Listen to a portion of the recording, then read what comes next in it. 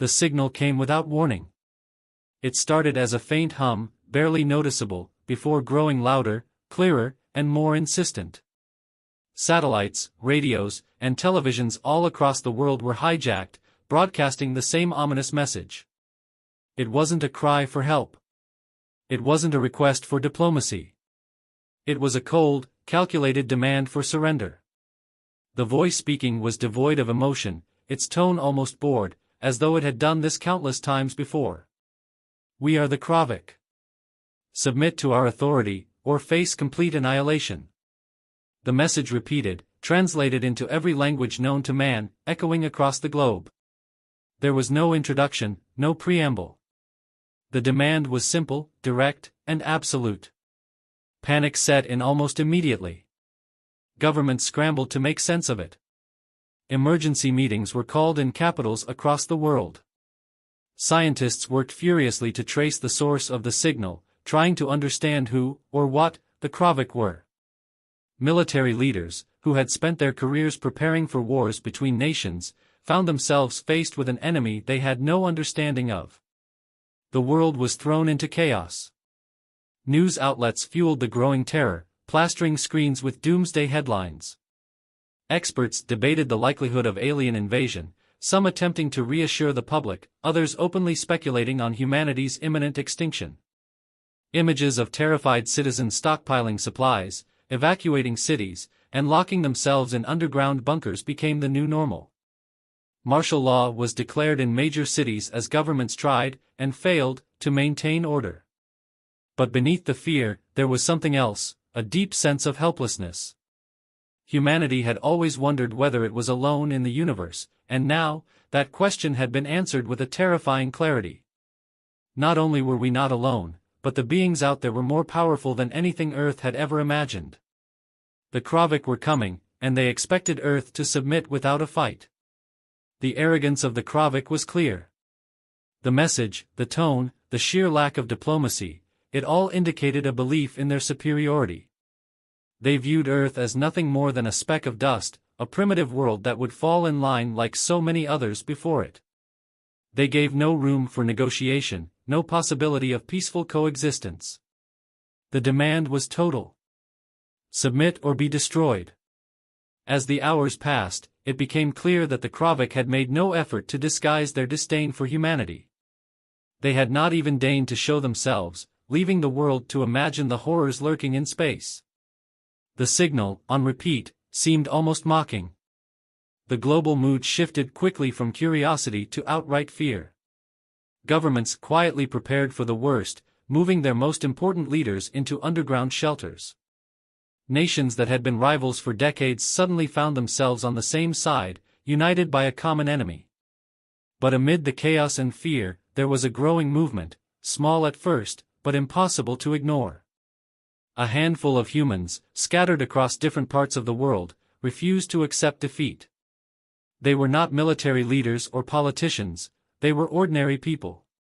Engineers, hackers, scientists, people who understood that surrendering wasn't an option. They began to communicate in secret, away from the panicked broadcasts and frightened governments, hatching plans that the rest of the world could not even begin to fathom. These were the people who believed in humanity's resilience, in its ability to adapt and overcome. They saw the Kravik not as an unbeatable force but as an enemy that had underestimated what humans were capable of. It wasn't arrogance or hubris that drove them, it was something deeper. Humanity had faced extinction before, whether from natural disasters or war. This would be no different. They would not bow down to an invader, no matter how advanced or powerful. The Kravik had expected Earth to be afraid. And they were right. Fear spread like wildfire, gripping the hearts of billions. But the Kravik had failed to understand one crucial thing: humans never stop fighting, not when it matters most. And while the world was preparing for the worst, that small group was preparing, too. Not to surrender, but to answer. The Kravik waited for humanity's answer, confident in their superiority. They expected chaos, submission, and panic, but what they received was something far more unsettling: silence. The world didn't collapse in on itself, nor did Earth's leaders come groveling for mercy. Instead, the response was quiet, almost eerie in its calm. Beneath the surface, however, something remarkable was happening. Scientists, military strategists, and the brightest minds from every nation on Earth had gathered in secret. These were not the people plastered on television screens or featured in the panicked headlines. They were the ones who had been preparing for something like this for years. Quietly, methodically, they had planned for a scenario no one else dared imagine. The world had no idea, but Project Prometheus had already begun. Prometheus wasn't a single plan or weapon, it was a culmination of every technological advancement humanity had made in the shadows, discoveries kept secret for fear of how they would be used in the wrong hands. Now, faced with extinction, everything was on the table. Communications were tightly controlled, encrypted to avoid detection by prying alien eyes. The Kravik might have been watching Earth, but they weren't seeing the real preparations unfold. The Kravik, stationed far away in the dark void of space, underestimated humanity from the start. In their arrogance, they viewed Earth as a backwater planet, a relic of a more primitive time. Their commanders spoke of Earth with disdain, mocking the primitive technology they assumed was all humans had at their disposal. They joked about the ease with which they would crush any resistance, comparing it to putting down a minor rebellion on a far-flung colony. To them, Earth's silence only confirmed their superiority. But while the Kravik commanders laughed, humanity was working. Soldiers trained with renewed vigor, their eyes sharper, their movements precise. Engineers worked around the clock, constructing weapons and systems that had never been seen before. In underground bunkers, far from the public's gaze, massive machines were being assembled, designed to deliver devastating blows against the alien invaders. Hackers infiltrated the darkest corners of the internet, creating firewalls and viruses meant to target alien systems. They didn't know what the Kravik tech looked like, but they knew how to adapt, quickly. Around the globe, the once fractured world began to unite in a way it hadn't in decades. Rivalries between nations were set aside as a greater purpose emerged. The air was thick with determination. For once, humanity wasn't fighting itself. They had a singular enemy, and they were preparing to face it together. Warnings continued to come from the Kravik. Their messages became more frequent, more menacing. Each time, they promised extinction if Earth did not comply. They expected fear to mount, expected leaders to crack under the pressure. But still, there was no response from the humans. Just that unnerving silence. The lack of compliance frustrated the Kravik. They were used to lesser species falling in line. Earth's refusal to even acknowledge their demands disturbed them. As the hours crept toward the expected invasion, the Kravik commanders grew restless. They sent scouts, probing Earth's defenses from a distance. But every time, their drones returned with the same information: nothing had changed. Earth's primitive defenses stood as they always had. No new fleet, no advanced space weaponry. It was as if humanity was waiting for the inevitable. But deep underground, in hidden facilities and secret labs, the real war machines were being primed. The humans were preparing to unleash technologies the Kravik couldn't have dreamed of. Project Prometheus was far more than a defense, it was a statement. Earth wasn't going to submit. They were going to fight, and they were going to fight smart. The growing unease within the Kravik fleet was palpable. For all their confidence, something about this silence, this lack of engagement, felt wrong. They were used to chaos, to fear, to cries for mercy. But Earth had responded with nothing, and that nothing was unsettling. On the ground, the mood had shifted. What started as raw fear was morphing into a quiet, steely resolve. People still whispered about the Kravik, still feared the unknown threat lurking in space, but that fear was giving way to something stronger: determination. The world's governments had stopped trying to reassure the public. They no longer needed to. The people understood now, this was their fight. Across the globe, there was a shared understanding, one that transcended borders, politics, and ideologies. For the first time in living memory, humanity stood united in purpose. This was no longer a matter of survival. This was about defiance. This was about standing up to something that thought it could crush them, and proving that humanity wouldn't break. The tension grew with each passing hour. Earth remained silent, but every corner of it was alive with activity. Factories repurposed overnight to churn out weapons, underground labs running simulations on alien tech, armies mobilizing quietly but efficiently. The final pieces of Prometheus were being put into place, and all that was left was for the Kravik to make their move. As the day of the invasion loomed ever closer, the silence from Earth remained. The Kravik, once certain of their easy victory, now faced a creeping sense of doubt. Something was coming, something they hadn't predicted. Humanity wasn't panicking. They weren't submitting. They were simply waiting. And for the first time, the Kravik began to wonder if they had misjudged Earth after all.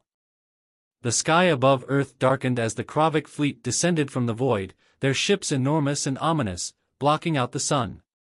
For the first time, humanity glimpsed its invaders, and the world collectively held its breath.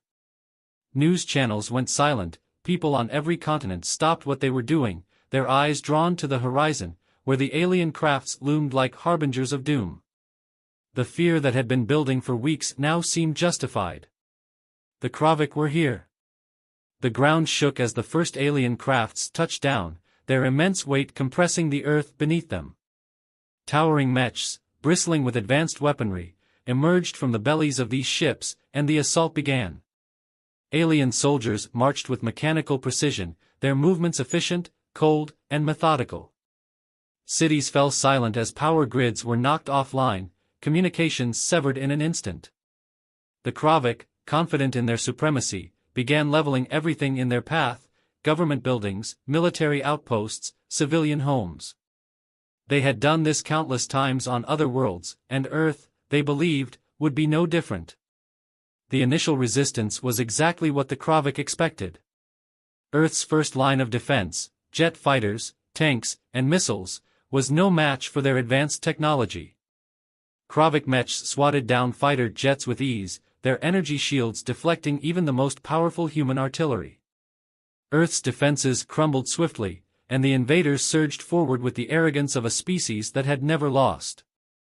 It was a show of force meant to crush any lingering hope, to drive home the futility of resistance. But as the Kravik forces pushed deeper into the heart of Earth's cities, they began to encounter something unexpected. Out of nowhere, hundreds of small, sleek drones darted from hidden silos and underground bunkers, too quick and too numerous for the Kravik to track. These drones were no ordinary machines, they moved with frightening intelligence, anticipating and outmaneuvering the Kravik mechs, coordinating strikes with a precision that rivaled their own. For the first time in their conquests, the Kravik were facing an opponent who could match them tactically. The drones weren't the only surprise. From the depths of the earth, camouflaged bases and hidden cities sprang to life. Engineers, soldiers, and civilians alike had spent weeks preparing for this moment, building makeshift barricades, designing weapons out of whatever they could find, and modifying vehicles for guerrilla warfare. Urban landscapes became a maze of traps, with entire streets rigged to collapse on the invaders. Human soldiers, equipped with adaptive camouflage and exoskeletons designed to enhance their strength, struck from the shadows, disappearing before the Kravik could retaliate. This wasn't a war the Kravik had prepared for. In all their arrogance, they had assumed humanity would fight a conventional battle, bringing their primitive tech to the front lines where it would be easily crushed. They had not accounted for humanity's greatest strength, adaptability.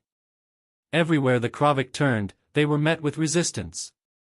Not the uncoordinated chaos they had expected, but a highly organized, decentralized defense. It wasn't the high-tech weapons that stunned the invaders, it was the ingenuity behind them. AI-controlled drones coordinated with ground forces, setting traps, disabling Kravik tech with electromagnetic pulses, and launching hit-and-run attacks that left the towering alien mechs disoriented. In one instance, a group of human engineers, having reverse-engineered a piece of alien tech weeks before, hacked into a Kravik command network, turning one of their own war machines against them. The massive mech turned its weapons on its alien masters, cutting down Kravik soldiers in a blaze of fire before being destroyed. The Kravik had never experienced a war like this. They were used to overwhelming force, to the raw power of their war machines crushing all beneath them. But Earth fought back differently. There were no large-scale battles, no lines of soldiers waiting to be obliterated. Instead, humans struck from every direction, unpredictable and relentless. Every street, every building, every piece of infrastructure the Kravik thought they had destroyed was repurposed as a weapon. Entire cities had been evacuated, re-engineered to serve as battlegrounds. And still, the world outside Earth saw nothing, no surrender, no communication. Just silence. The Kravik commanders, once so certain of their victory, began to realize the depth of their miscalculation. Earth was not a primitive backwater, its people were not cowering in fear. This was a planet that had evolved under constant threat, of war, of natural disaster, of extinction. Every time humanity had been pushed to the brink, it had survived. And now, faced with an alien invader who believed themselves superior, humanity was doing what it had always done, adapting, resisting, and fighting back. For every mech the Kravik deployed, humans had a countermeasure. For every drone they sent to scan for resistance, humans found a way to scramble its sensors. Every victory the Kravik thought they had won was turned against them. What should have been an easy conquest was rapidly becoming a nightmare. As the invasion raged on, the tide began to turn. Humanity, which had once been on the defensive, was now pushing back. And for the first time in their long history of conquest, the Kravik realized they might not win this war. They had come to Earth expecting submission. What they found was a species that refused to kneel. The invasion, meant to be swift and decisive, had instead become a drawn-out struggle. The Kravik had wanted an easy victory. But Earth had one message for them: they had chosen the wrong planet to invade. The Kravik forces, once so confident in their overwhelming superiority, were now facing a nightmare they hadn't anticipated. Their war machines, towering behemoths of destruction, began to fall one by one. It started with small, seemingly isolated strikes. EMP blasts, designed by human engineers in hidden labs, short-circuited the Kravik's advanced electronics. Alien mechs froze mid-stride, their lights flickering out before collapsing to the ground with a deafening crash. Energy disruptors, aimed with pinpoint precision, rendered the Kravik's shields useless, exposing them to direct fire. Human soldiers, once thought to be outmatched by the alien technology, now fought with newfound confidence. Each Kravik machine that fell bolstered their morale. They had the tools, the strategy, and the will to fight. From rooftops, forests, and underground bunkers, human forces coordinated attacks that were too fast, too unpredictable for the Kravik to counter. Every strike chipped away at the invaders' arrogance, leaving them disoriented and vulnerable. But the true turning point was yet to come. In orbit, the Kravik fleet still held a menacing presence. They hovered above Earth like a dark storm, ready to rain down destruction at a moment's notice. The invaders believed that as long as their fleet remained intact, Earth's defeat was inevitable. They were wrong. Unbeknownst to the Kravik, humanity had one final card to play. Far below the surface, hidden deep within the Earth's crust, a massive railgun array had been constructed in secret, powered by the planet's own magnetic field. This weapon, codenamed Titan, had been humanity's ace in the hole. It had never been tested in battle, its sheer power a closely guarded secret. But now, with the Kravik fleet poised to annihilate what remained of Earth's defenses, the moment had come. Without warning, a blinding streak of light shot up from the surface of the planet. The first shot from the railgun. It struck one of the Kravik's lead ships with such force that the entire vessel was obliterated in seconds, reduced to nothing more than debris spiraling out into the void. The Kravik commanders, caught completely off guard, scrambled to react. But before they could, the railgun fired again. And again. Ship after ship fell. The once invincible Kravik fleet, the source of their overwhelming dominance, was being torn apart by a weapon they hadn't even known existed. Panic spread through the alien ranks. The Kravik, for all their technological superiority, had no answer to this. They had never encountered a species capable of such a devastating counterattack. On the ground, the impact of Earth's retaliation was immediate. With their command network in disarray and the fleet in orbit collapsing, the Krovik's ground forces began to falter. Communication lines were severed, their once coordinated assault falling into disorganized chaos. Human forces, sensing the shift, pressed the attack. The Krovik, in a last-ditch effort, attempted to regroup and mount a final push. Their commanders, desperate to salvage their crumbling invasion, ordered a full-scale assault on the human strongholds. But it was too late. Humanity had gained the upper hand, and they weren't about to let it go. Coordinated strikes from human forces, both military and civilian, overwhelmed the Krovik at every turn. Drones, hacked and repurposed from alien tech, swarmed the invaders. Guerrilla fighters, using knowledge of their own cities and terrain, ambushed Krovik patrols and supply lines. The tide of battle had turned, and there was no stopping it. For the first time, the Krovik commanders realized that they were losing. They had come to Earth expecting to crush a primitive species, but now they were the ones being driven back. They had underestimated humanity's resilience, its ability to adapt, and its sheer refusal to surrender. The once proud invaders, who had believed themselves invincible, were now retreating. The remaining Krovik forces scrambled to evacuate, their mighty warships in ruins and their ground forces decimated. As they fled, they left behind the wreckage of their arrogance, a grim testament to their failure. Humanity, battered and bruised but still standing, had not only survived, they had won. The day they answered the Krovik's demand for submission was the day they proved that no matter the odds, Earth would never bow. The invaders had come for conquest, but they left with nothing except the bitter realization that they had underestimated the wrong species. The Krovik invasion was over. What remained of their once proud fleet had retreated beyond the reach of Earth's weapons, their war machines reduced to scrap littering battle-scarred cities. The alien commanders, who had once boasted of Earth's imminent defeat, now issued a formal declaration of ceasefire. In their message, there was no mention of superiority, no threats of retaliation, just the cold, stunned realization that they had been beaten. They were humbled, their empire's pride shattered, forced to acknowledge a species they had once considered beneath them. Across the planet, the news of the Krovik's retreat spread like wildfire. The celebration was subdued at first, disbelief lingering in the air. People who had prepared for the end of everything now found themselves staring at a future they hadn't dared to hope for. There were losses, cities in ruins, lives torn apart, but Earth had survived. More than that, Earth had won.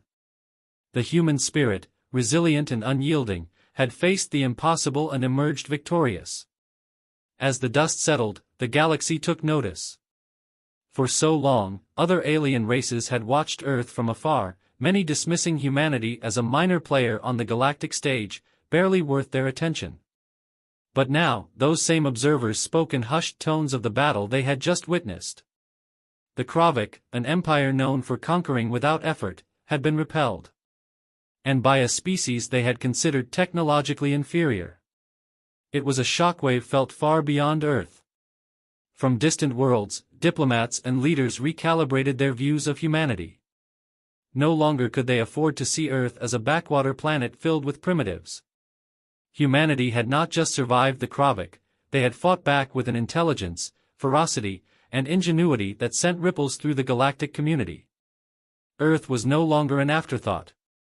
It had become a force to be reckoned with, a planet whose people were not easily conquered. Caution and respect replaced the former indifference. But with victory came uncertainty. Earth had shown its strength, but now the galaxy's eyes were upon them. Some races would see opportunity in forming alliances with the humans, eager to learn from their defiance. Others, however, would see them as a threat, a species too dangerous to be left unchecked. Humanity had earned its place among the stars, but with that place came challenges they had never faced before. In the quiet aftermath of the battle, the people of Earth began to rebuild. There was a sense of pride in their survival, in their refusal to kneel. But there was also the understanding that this victory was only the beginning. The galaxy now knew what humans were capable of. And as they stared up at the stars, many wondered what would come next. The day the humans answered, they changed the course of their future, and the galaxy would never forget.